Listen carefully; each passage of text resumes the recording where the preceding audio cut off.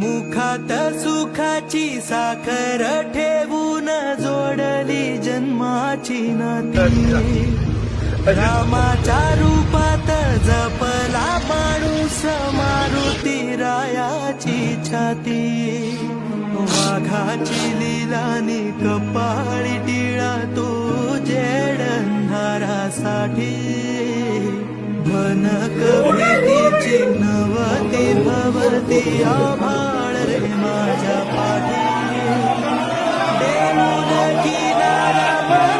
पलीकडे सारंग हरवला पक्षात कधी बघितलं नाही त्यांनी.